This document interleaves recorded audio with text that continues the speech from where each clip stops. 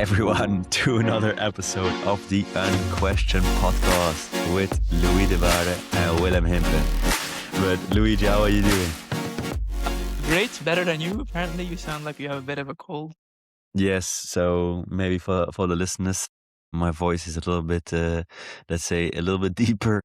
I've been a bit sick, haven't been sleeping and working a lot in the beginning of the year. So now we're the 1st of February, but we're fighting through it. But hopefully my radio voice is a bit nice to hear. But Louis, tell us a little bit. I feel like this episode should actually give the listeners a little bit, not on a personal update, but maybe a kind of company update and Good company idea. update specifically on our work ventures, what we are getting, let's say, obsessed by, what we're really getting focused on, and who wants to start? You go ahead. You have multiple things going on. How's the Relevo, the startup? Yes, so Relevo specifically, I'm combining that company together with my role as an account executive. So Relevo is going good.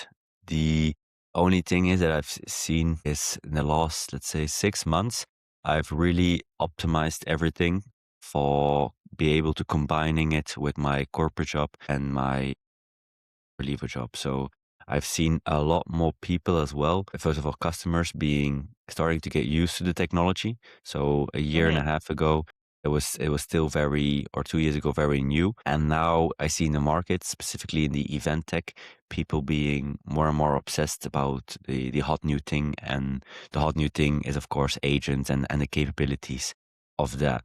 And the danger is, or maybe that's what certain entrepreneurs like Jeff Bezos say, is like entrepreneurs that constantly jump on a new big thing, they just keep kind of circling around and keep innovating, but never really pushing through. So, and that's also, I think, a good thing. I'm really trying to optimize and make the product better the way it is, also with a large language model, but not try to create more features, create more difficulty to understand the product, keep it simple, but trying to push the performance in any way I can. Plus You're as trying well. to serve your original mission in the best way, with or Yes, without AI. correct. And I see more and more actually, I'm using large language models and agents. A quick shout out to Claudebot in between is or OpenClaw. We need to give it another name. It's an open source software where you can connect all your tools and really automate in it. And why am I saying it is I see more and more internally automating processes instead of, because there the agents are, or let's say the large language models are reliable enough to use that, but to give it to customers, there's still so many edge cases, so many ways a customer wants to do things. And I feel like in customer facing, it's not there yet. It's for a good amount yet, but it's still often, maybe the listeners as well, when you interact with a chatbot, it's, let's say, 1 out of 3, maybe 2 out of 3 times, yes, it works. But then the third time you try something and then it says like, oh no, I can't do this, or it gives you very random output and so on. I don't know, Or it's maybe. not consistent, maybe, and clean, because this is basically the messy back office or the dirty kitchen, where you come back from that and you go behind a nice counter that everybody recognizes and they know what to expect, and then the business can be on fire and the customers don't see it.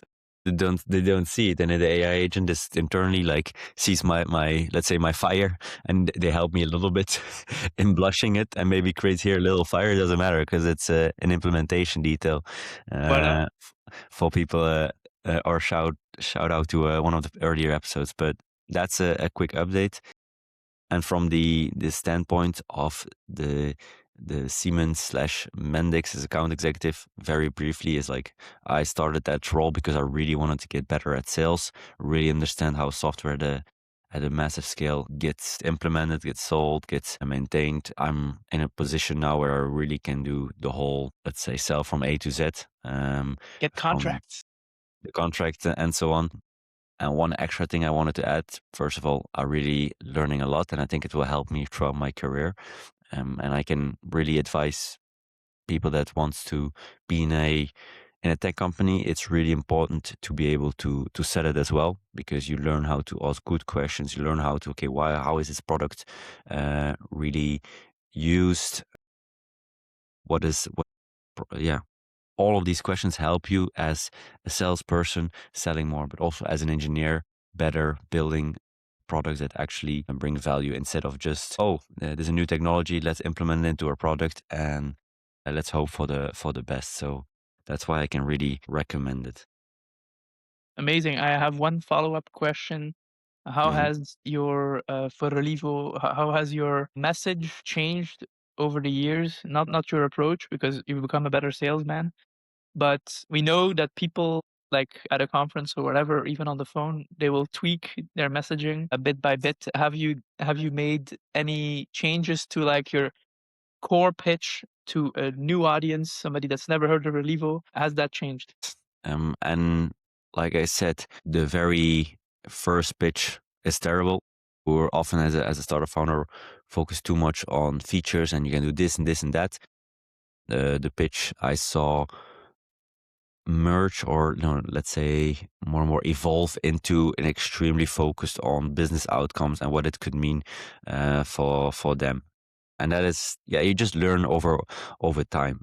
And the pitch changed in how the software, first of all, what it does and how it will help them sell more tickets, let's say get more social media outreach, all of the other, which increases their brand and as well increases their let's say sales tickets. So it's a funny thing is, often it's every company, it's easy to sell software if you can immediately show them with raw data, I will help you sell more and or increase revenue or decrease costs. And for a lot of companies, there's no direct link, but the better you can communicate how maybe that indirect link will work and how we've done it for other customers, the better your pitch is.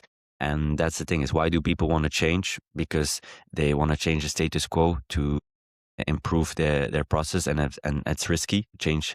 And if you can show them or explain to them in a very good way that by using your software or product, it will be less risky and more reliable, and they are able to grow or achieve their goals, then boom, they will want to start working with you. So that's a little bit how the pitch has changed, let's say. And I remember we were trying to come up with a metric of how many employees it would save, like even if it's half a person a year, but that must sound too abstract, or maybe they don't believe you. So it sounds like you're going even more concrete. Is that right? Yes, as well. Of course, the pitch has changed because a startup should, because it often has a lot of pivots and a lot of other, let's say, problems it tries to solve.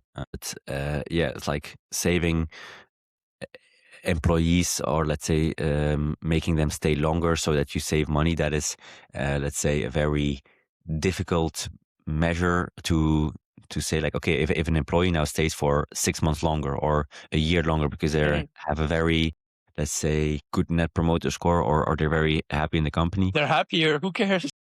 Yeah, this is very sad, but in a way, who cares? And as well, in a economic, let's say, economic period where really profitability and everything gets looked at, these, sadly, but these things sometimes get pushed aside. And yeah, and some of the companies that really focus on that as well, they maybe outperform or they underperform because they're not focused on the right things. And eventually a company is still an organization, a group of people that are trying to increase, this, I'm going to sound very robotic, but increase the equity value.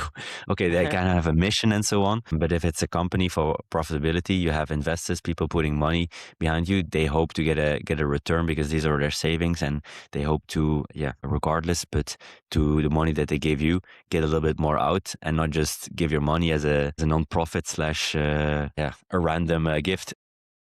At least you make the person that makes the software purchase, that one manager, he's going to be happy that he's Yeah, good in his role and making the company better by using your software. correct. Well, I would throw the ball back at you, Louis. Tell me, because I know we speak as well behind the podcast and you've changed roles, but as well, I want to know kind of how your view as working for Spotify and your work Yes. ethic and motivation has changed over the last years.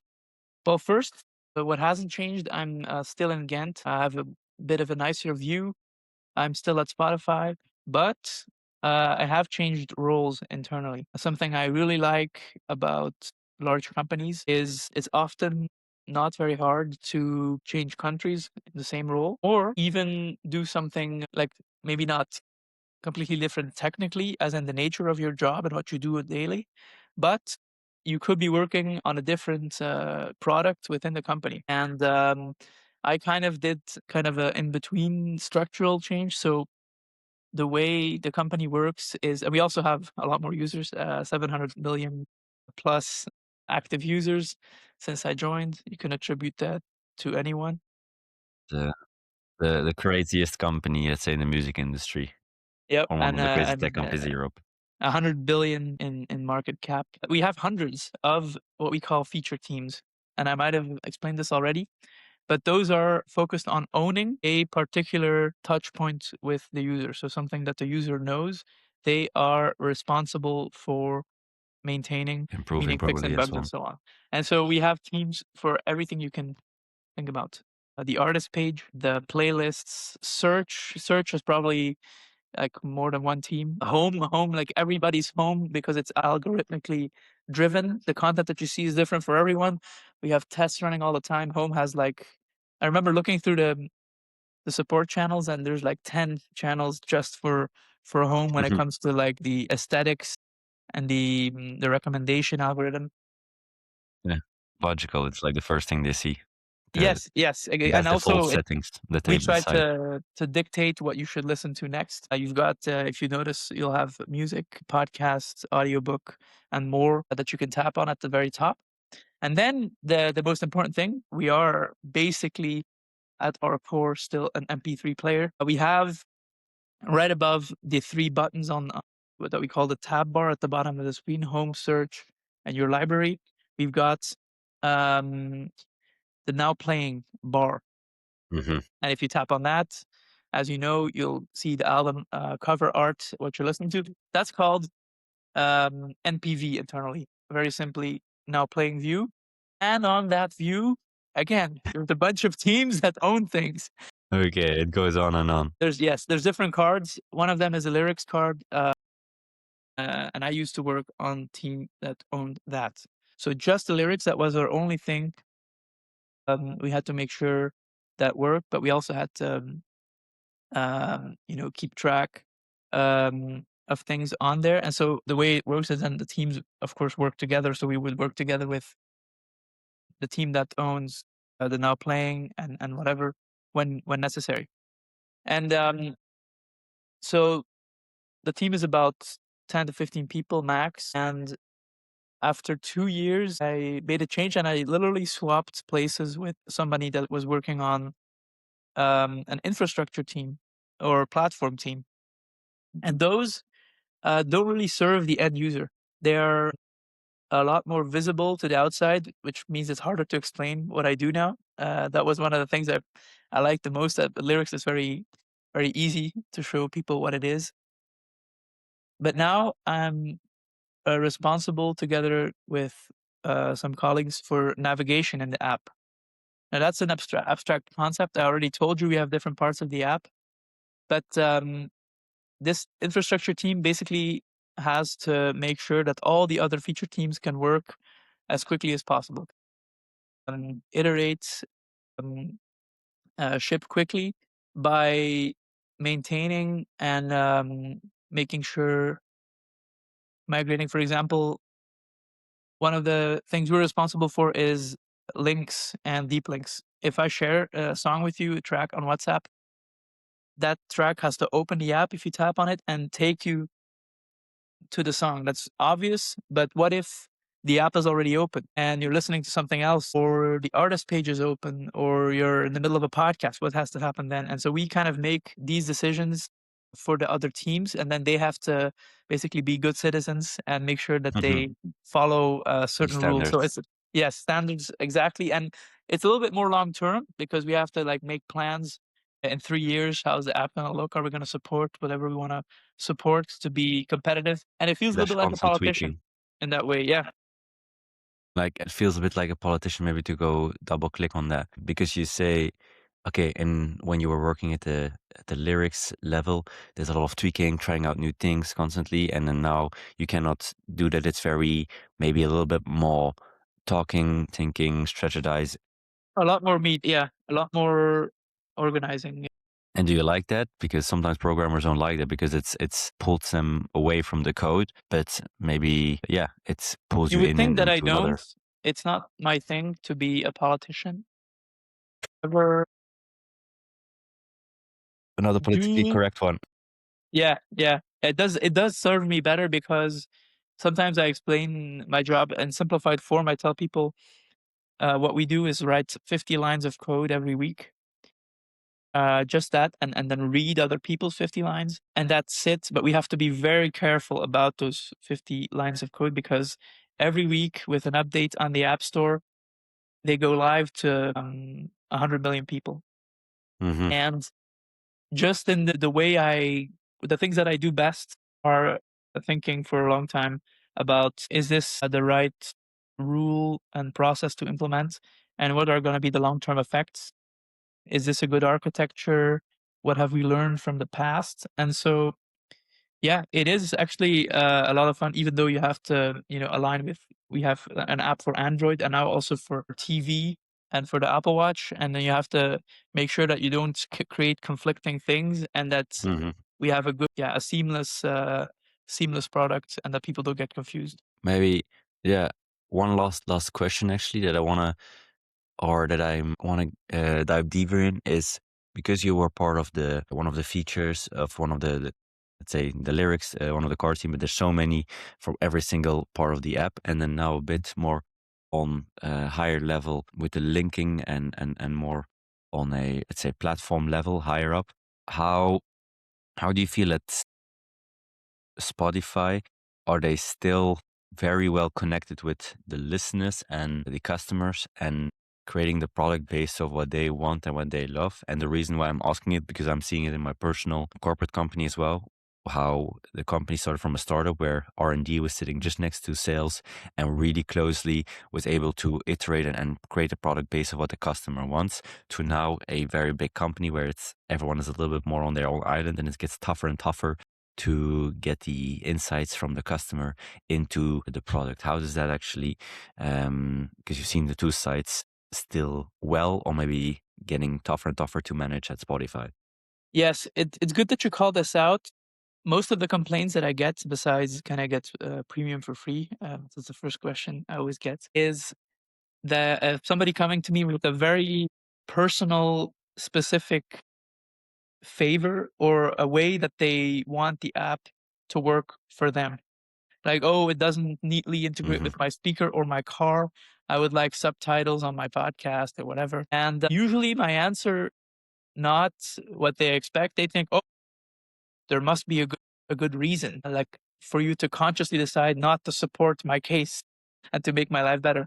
But usually my answer is, well, we just either haven't gotten to it or there is a very good reason, but the good reason is something else that's kind of stopping us from offering this because we have to make all the parts work well together. And because, as I've shown, we Hmm. have so many teams and we do so many things, it's harder to, and hopefully with AI that will change, it's harder to really like take everyone, whether they're on their bike or on the bus or having a small party or large party, to take their feedback into consideration. However, again, everything we do is usually well tested, meaning almost everything is Well behind researched. some form of well, it's research in real time because as like every other large company, take Uber or whatever, everything they try is behind a B test. So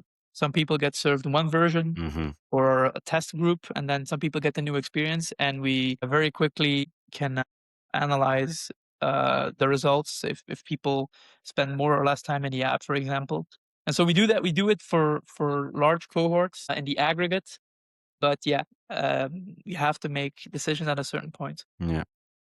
To final, let's say thought is that's the amazing thing about software is because you can do so many experiments all at the same time, where a product you cannot have, let's say you can do a little bit, but not on such a big scale, test out features of a physical hardware. And yeah, that makes you iterate very, very quickly and create a lot of business value simultaneously. Is there something that Okay. Facebook Well, I think, did very well? Just yeah, Mhm.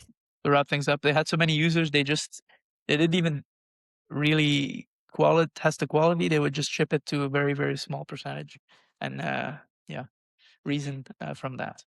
And if the yeah, and feedback was good, and then immediately let's release it to all the users, and then yeah, get amazing results based off what they've achieved, Mr. Zuckerberg. Okay, well, hopefully the listeners, you enjoyed this episode, a little bit more about our own background, and as well specifically about the software at a scale at Spotify, how it looks a little bit on the inside, and also from my own startup, and as well a big company like Siemens, how they run their sales software. Inside the machine. Yep. Hope to see you back on another episode of the Unquestioned podcast with Debaere and Willem Himpe. Talk to you soon. Bye bye. Ciao.